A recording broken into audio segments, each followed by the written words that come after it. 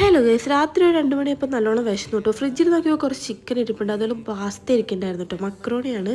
അപ്പോൾ ഞാൻ വിചാരിച്ചൊരു masala type macaroni ഉണ്ടാക്കാമെന്ന്. അപ്പോൾ ഞാൻ ആദ്യം ചിക്കനിലുള്ള ബോൺസ് കളഞ്ഞിട്ട് അത് ചെറിയ ചെറിയ പീസുകളാക്കി കുറച്ച് മസാല തേച്ച് ഫ്രിഡ്ജിൽ വെച്ചു കേട്ടോ, നല്ല രീതിയിൽ മിക്സ് ആക്കിയിട്ട്. പിന്നെ ആ ടൈമിൽ ഞാൻ പാസ്ത വേവിക്കാനുള്ള വെള്ളം വെച്ച് പാസ്ത അതിലേക്ക് ഇട്ടു. പിന്നെ നമ്മൾ കുറച്ച് വെജിറ്റബിൾസ് ആയിട്ടൊന്നുമില്ല, പിന്നെ കുറച്ച് സബോള അതുപോലെ തക്കാളി മാത്രമേ ഉണ്ടായിരുന്നുള്ളൂ. അത് നമ്മൾ കട്ട് ചെയ്തു. ആ സമയത്ത് നമ്മൾ ചിക്കൻ വറുത്തെടുത്തു കേട്ടോ.